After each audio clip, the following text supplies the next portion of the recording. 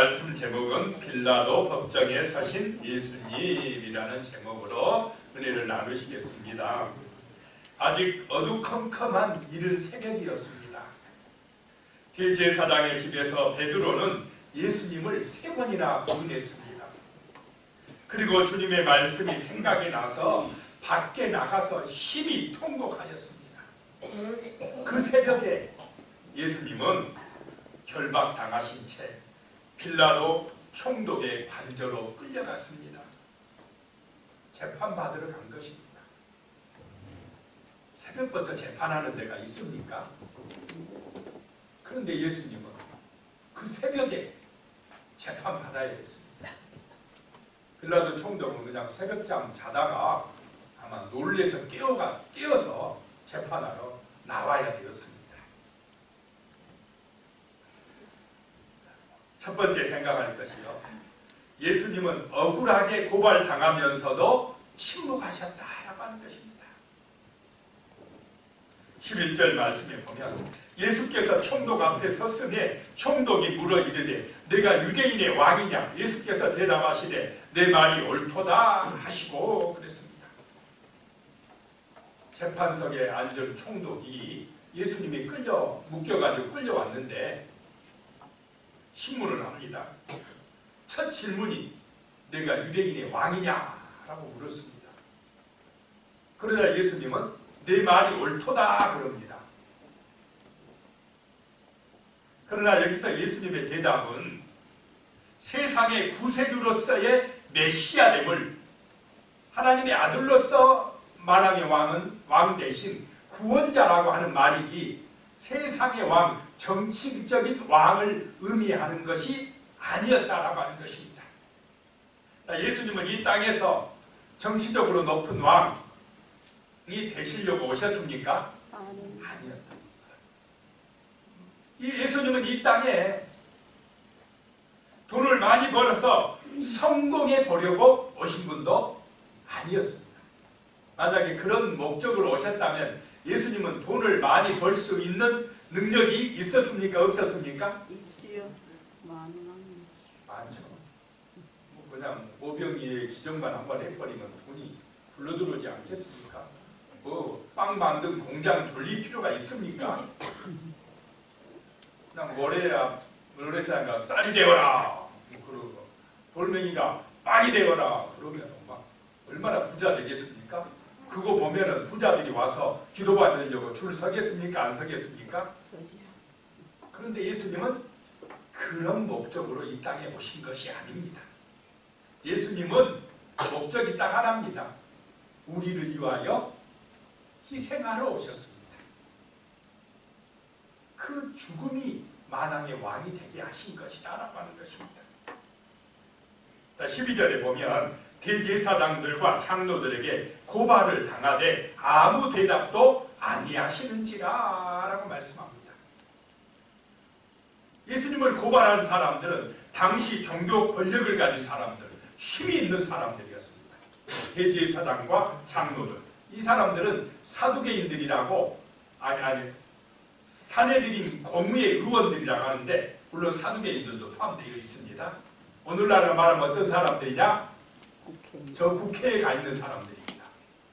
그 사람들이 예수님을 지금 빌라도 법정에 총독부에, 일본 시대라고 하면 총독부에 고발하는 것입니다. 누가복음 23장 2절에 보면 예수님의 제목은, 그들이 고발하는 제목은 3가지였습니다. 첫째, 백성을 미혹했다는 것입니다.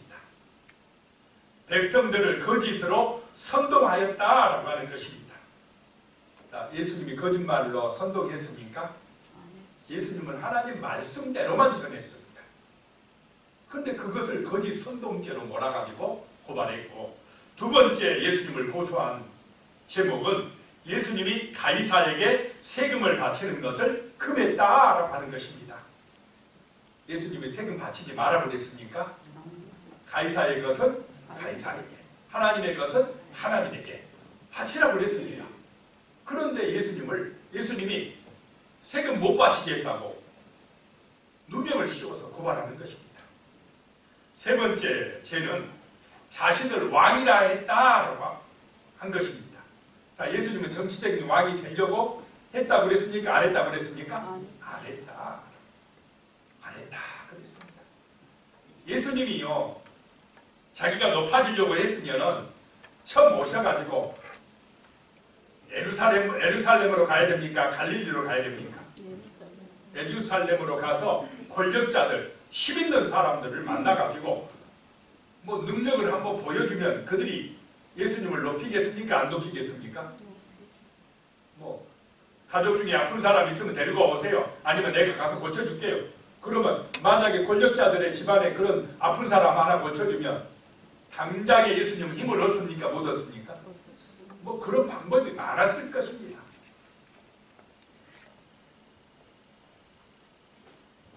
그런데 예수님은 그런 세상적인 높은 자, 권력자 되려고 하지 않으셨는데, 이 사람들은 고발하기를 예수님이 왕 되려고 했다, 로마 정부에 대항했다, 막 그렇게 몰아붙입니다. 자, 사실입니까? 억울한 일입니까? 억울한 일. 그렇게 고발을 당하시면서도 예수님은 침묵하셨다 이 말입니다.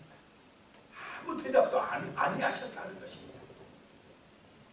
13절에 이에 빌라도가 이르되 그들이 너를 쳐서 얼마나 많은 것으로 증언하는지 듣지 못하느냐 하되, 침묵하시는 예수님을 보고 빌라도 총독이 이상하다 여긴 것입니다. 그리고 물었습니다. 얼마나 많은 사람들이 너를 쳐서 지금 고발하느냐? 너는 왜 가만히 듣고만 있느냐?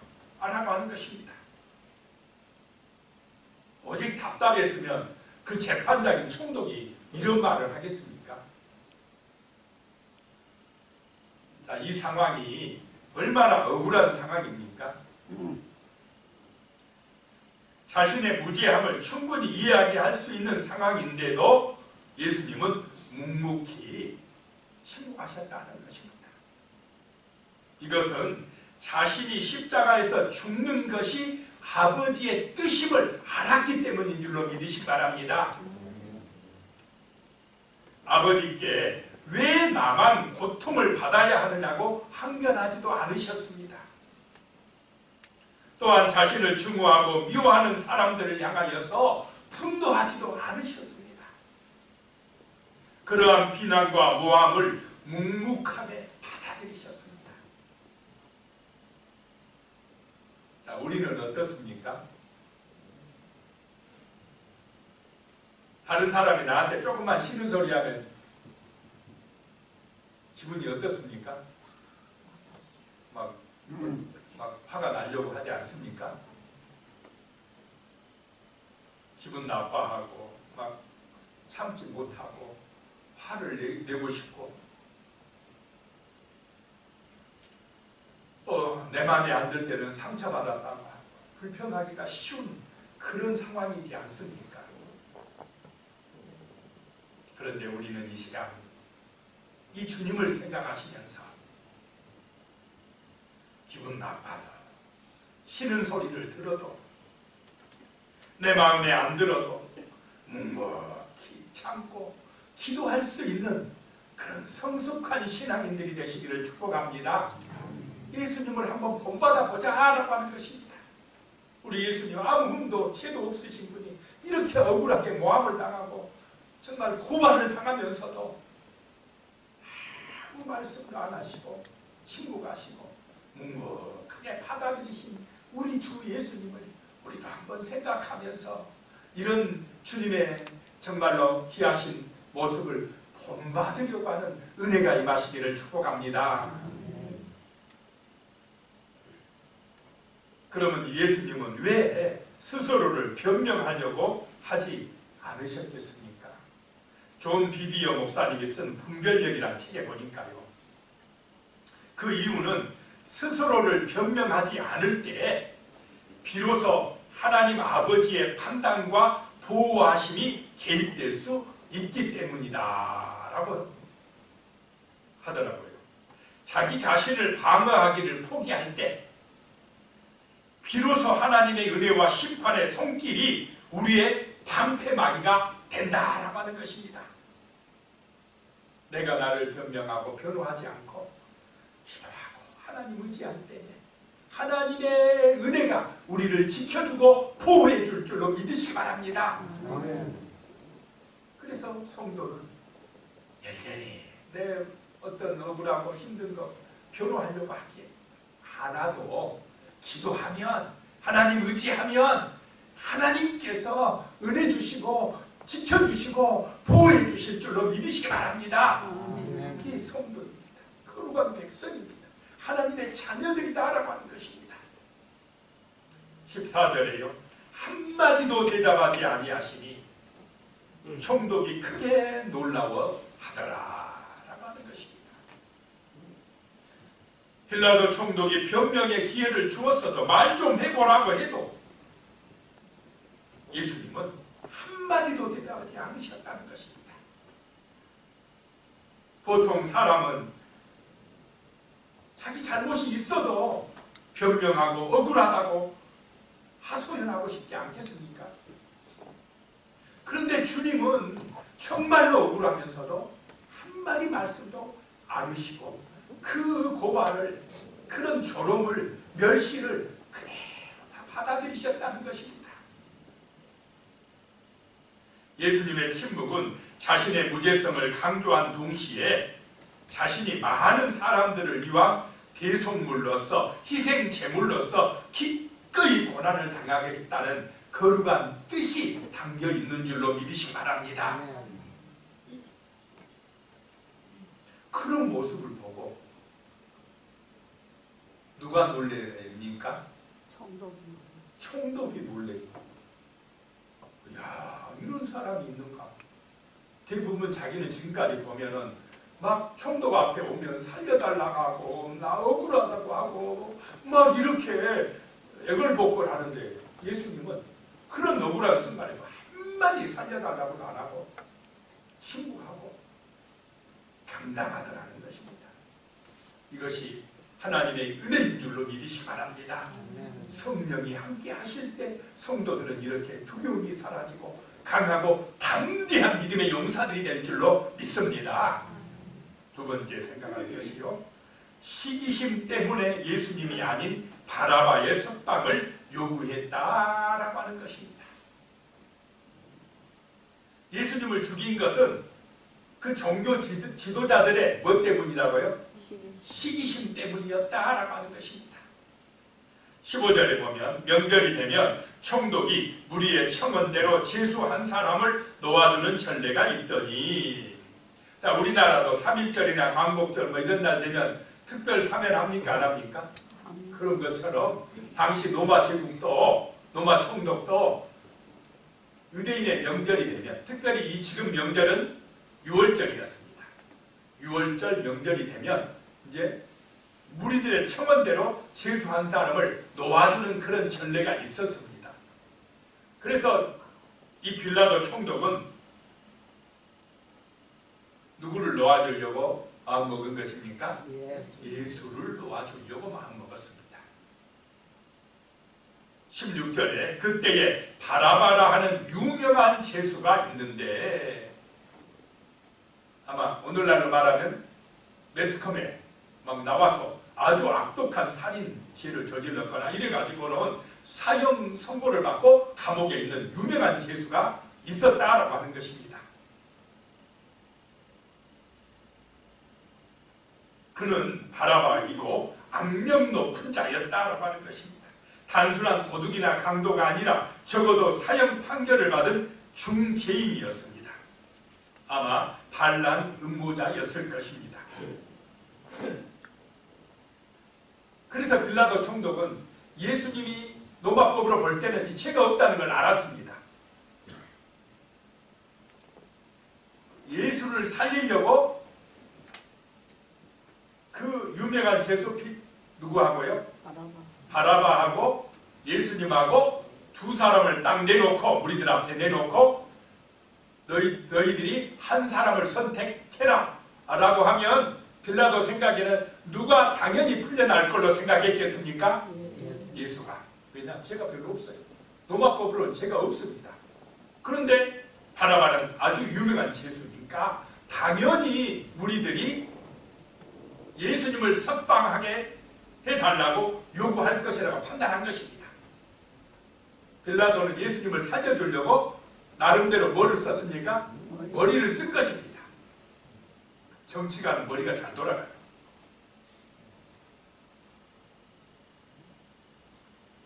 그래서 17절에 보면 그들이 모였을 때에 빌라도가 물어 이르되 너희는 내가 누구를 너희에게 놓아주기를 원하느냐? 바라바냐? 그리스도라 하는 예수냐? 하니, 자, 대제사장과 장로들은 예수님을 잡아와서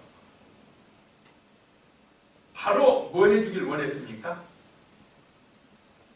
십자가 처형 선고를 땅땅 때려주길 원했는데 빌라도는 결정은 안 내주고 자꾸 지금 다른 식으로 몰아갑니까? 안 몰아갑니까? 사건을 막 끌면서 예수를 살리려고 그래요. 이런 게 보여진다는 것입니다.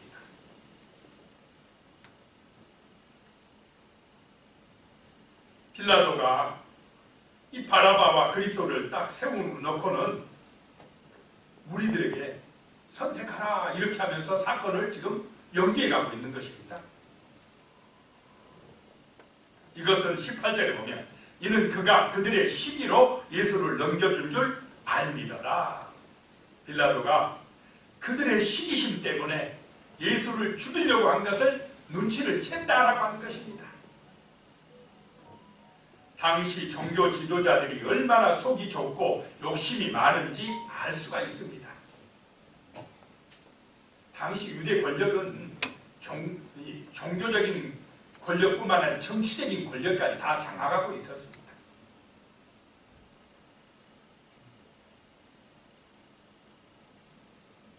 자, 그런데 자기들보다 나중에 보니까 누가 더 인기가 높아집니까? 예수님이요. 막 백성들이 예수님을 따라다닙니다. 오병이의 기적을 행했다고 막 수많은 백성들이 따라갑니다. 예수님이 인기가 있어져요. 그러니까 누가 살살 배가 아픕니까? 당시 종교 권력자들이, 대제사장, 사두개인들, 바리새인들, 이 사람들이요. 저거 봐라. 우리가 받아야 될 백성의 칭송을 저 예수라는 자가 받네. 저거 가만두면 안 되겠다. 그래서 예수를 죽이려고 작정을 하고 있었는데 이제 기회가 온 것입니다. 그것을 빌라도 총독이 눈치를 챘습니다. 이거는 시기심 때문이구나.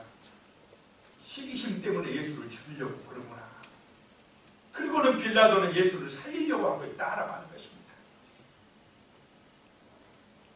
19절에요. 총독이 재판석에 앉았을 때에 그의 아내가 사람을 보내어 이르되 저 오는 사람에게 아무 상관도 하지 마옵소서. 오늘 꿈에 내가 그 사람으로 인하여 얘를 많이 태웠나이다 하더라. 그 재판 진행 중에 빌라도 총독의 아내가 사람을 보내왔습니다. 내가 어젯밤 꿈을 꿨는데 저 예수님 때문에 내가 막 일을 많이 썼다는 것입니다. 예수는 어느 사람이라는 것입니다. 아마도 어쩌면 복음을 받아들였을 수도 있습니다.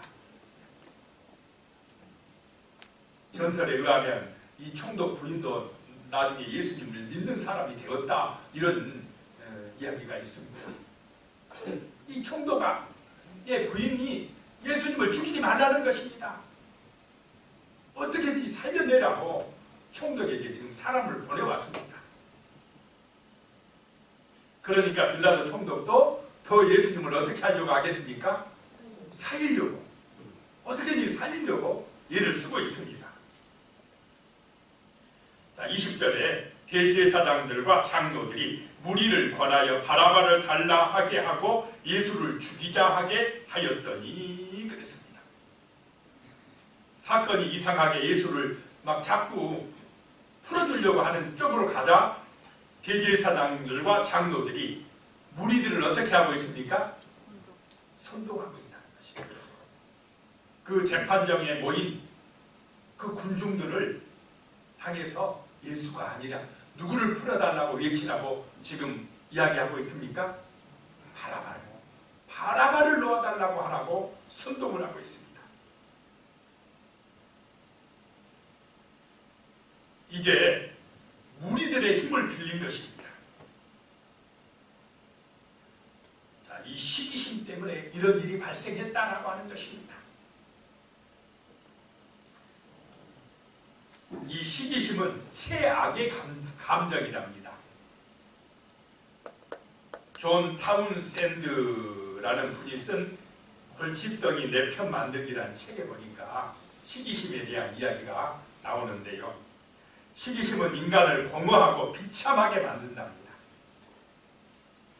승진하고 돈을 벌어도 좋은 인간관계를 맺어도 시기심이 강한 사람은 만족하지 못한답니다. 그것을 성취해도 행복하지 못하기 때문에 또 다른 것에 대한 욕심을 낸답니다. 심지어는 누군가가 불행해져야 행복을 느낀다고도 합니다. 그러므로 시기심이 있는 사람은 언제나 불만스럽답니다. 그러면 시기심을 내가 품고 있어야 됩니까? 쫓아내버려야 됩니까? 이분이 이야기하기를 시기심을 쫓아내는 방법이 뭐냐? 주신 은혜에 감사하며 살 때 시기심은 떠나간답니다. 지금 내게 주신 은혜, 지금 내가 가진 것, 여기서 감사하고 기뻐하라는 것입니다. 범사에 감사하시기 바랍니다. 항상 기뻐하시기 바랍니다. 내 기쁨은 소유에 있는 것이 아니라 주님이 내 안에 계시기 때문에 기뻐하라는 것입니다. 임마누엘의 은혜를 생각해서 감사하시기 바랍니다. 그러면 시기심이 떠나버립니다. 그런데 어떤 소유, 어떤 나의 야망, 그것이 목적이 되면 시기심이 들어와서 만족이 없다라고 하는 것입니다. 그래서 이 시기심이 강한 사람은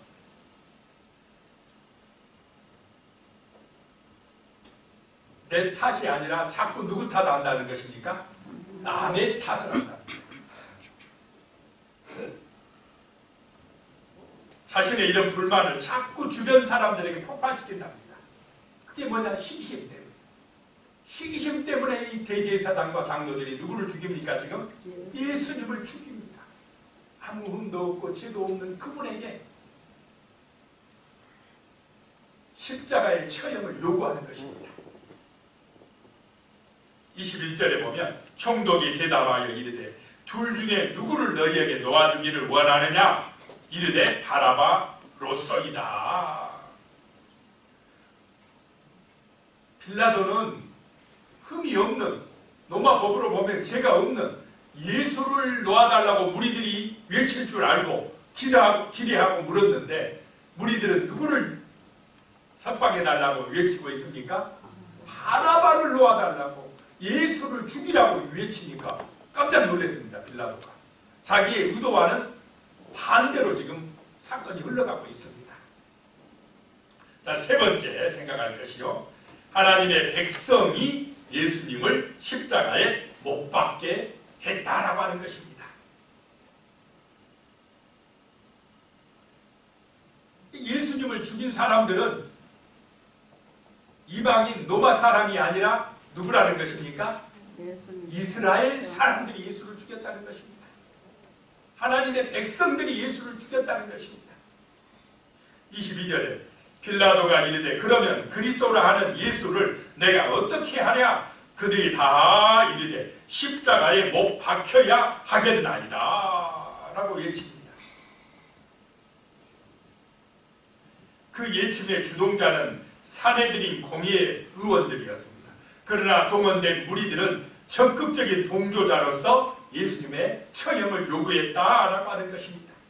그 사람들 중에, 그 무리들 중에는요, 며칠 전에 예수님이 예루살렘에 입성할 때 호산나 찬양하라, 예수님 우리를 구원하여 주시옵소서라고 참여하던 사람들도 있었을 것입니다.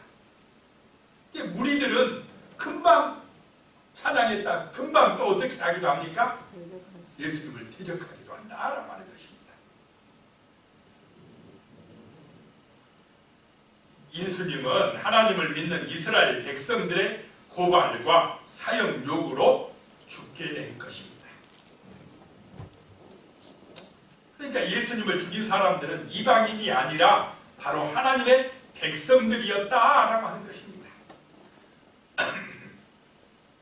자, 이런 일이 2000년 전에만 있는 것이 아니라 오늘 이 시대도 있을 수 있다라고 하는 것입니다. 예수님을 다시 십자가에 못 박으라고 외치는 사람들이 세상 사람들이 아니라 하나님을 잘 믿는다는 사람들이 될 수도 있다라고 하는 것입니다. 분당 우리 교회 이찬수 목사님은 교회 안에 사랑 때문에 상처받는 사람들이 너무 많다고 했습니다. 교회에 봉사를 한다면서도 성도들을 미워하는 경우가 있다는 것입니다. 자, 교회 안에 갈등이 있습니까? 없습니까? 있다. 뭐 때문에요? 시기심 때문에, 자기 욕심 때문에, 내가 죽어지지 못해서 그런 경우들이 생긴다라고 하는 것입니다. 그런 일은 예수를 다시 십자가에 못 박는 것이나 마찬가지라는 것입니다. 우리는 그런 일을 해서는 안 될 줄로 믿습니다. 예수님처럼 사랑하고 섬겨주고 기도해주고 덮어주고 정말 이해해주고 이럴 때는 아멘 좀 하시면 좋으신데 김상훈 목사님 늘 아멘하라. 얼마나 좋습니까? 우리는 믿음의 가족이니까. 내 가족이, 내 자식이 허물이 있으면 지적해야 됩니까? 덮어줘야 됩니까? 덮어주고 끌어안아주고 같이 짊어져주고 기도해주고 사랑해주고 축복해주시기 바랍니다. 이것이 십자가의 길입니다. 이것이 예수님의 길입니다. 그런데 지적하고 판단하고 정죄하고 하는 길은 이게 대제사장과 장로들의 길입니다. 예수까지 십자가에 못 박아 죽여버리려고 합니다. 그 길은 사랑의 길이다, 마귀의 길이다 라고 하는 것입니다. 23절에요. 빌라도가 이르되 어찌니냐 무슨 악한 일을 하였느냐 그들이 더욱 소리질러 이르되 십자가에 못 박혀야 하겠나이다 하는지라. 빌라도가요. 예수를 보니까 무슨 잘못이 있느냐, 무슨 악한 일이 있느냐, 내가 보니까 죄가 없다. 왜 이 선한 사람을 죽이려고 하느냐? 총독이 재판장이 이렇게 이야기하는데도 거기에 모인 무리들 이스라엘 백성들은 듣습니까? 안 듣습니까? 안 듣고 무조건 뭐하라 이 말입니까? 예수를 십자가에 못 박아야 된다. 외치기 시작합니다. 그들이 더욱 소리질러 십자가에 못 박으라고 외쳤습니다. 그러니까 24절에 보니까 빌라도가 아무 성과도 없이 도리어 밀란이 나려는 것을 보고 물을 가져다가 무리 앞에서 손을 씻으며 이르되 이 사람의 피에 대하여 나는 무죄하니 너희가 당하라. 야, 더 이상 반대했다가는 거기에 모인 무리들이 막 밀란을 일으키는 것 같아요. 로마 총독으로서 제일 무서운 것이 백성들이 데모하는 것입니다.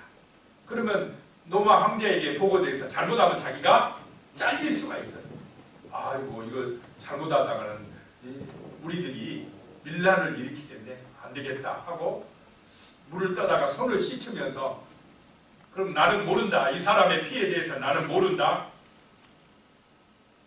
나는 무죄한다, 너희가 죽이라 했으니 너희가 뭐하나요? 당해라. 그리고 자기를 손 씻어버립니다. 회피하는 것입니다. 총독이 소신이 있어야지. 백성들이 아무리 그런다 할지라도 자기 볼 때 이거는 아니다 하면 좀 판결을 잘 내려줘야 되는데 무책임하게 손 씻고 나는 모른다 그럼 너희가 책임져 하고 뒤로 빠져버립니다. 그랬더니 25절에 백성이 다 대답하여 이르되 그 피를 우리와 우리 자손에게 돌릴지어다 하거늘. 마태는 백성이라고 함으로써 거기에 모인 사람들이 단순한 무리가 아닌 하나님의 백성이라고 은연중에 밝히고 있습니다. 이 백성들은 자신들이 사단의 유혹에 넘어간 사실을 꿈에도 모르고 있습니다. 하나님의 백성이라는 말을 하면서 실제로는 육신의 욕망에 붙들린 사람들이었습니다. 영적으로 깨어있지 못한 것입니다. 말씀과 기도로 무장하고 있지 못했던 것입니다. 그래서 예수 죽인 죄를 누구한테 돌리라고 그래요? 나와 우리 후손들에게 돌리라. 그러니까 마귀가요 그대로 당하게 합니다. AD 70년 로마 군대가 와서 예루살렘을 어떻게 해버립니까? 완전히 멸망시켜버립니다. 엄청난 사람들이 죽습니다. 그리고 유대인들은 나라도 없이 몇 년 동안 떠돌아다녀야 됩니까? 2000년 동안 천대받으면서 이 나라 저 나라 남의 나라 가서 떠돌아다니면서 살아야 됐습니다.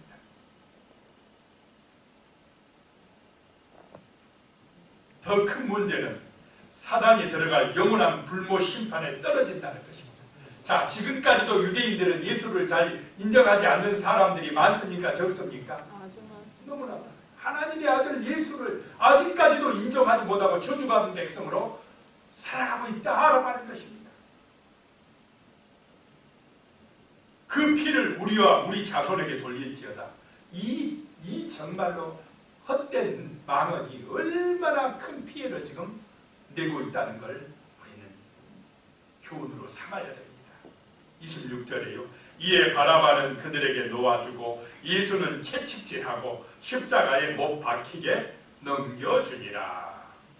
빌라도는 그 모인 무리들의 유압적 호소에 굴복하여서 바라바는 석방하고 예수는 십자가에 처형받게 내주고 말았습니다.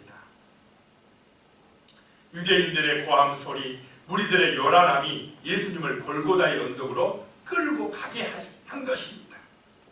무지한 유대인들은 자신들의 하나님을 죽이는 과오를 범하고 말았습니다. 그들은 하나님을 위한다는 명목으로 하나님의 아들을 십자가에서 처형시켰습니다. 정말 괴상한 현상이 발생한 것입니다.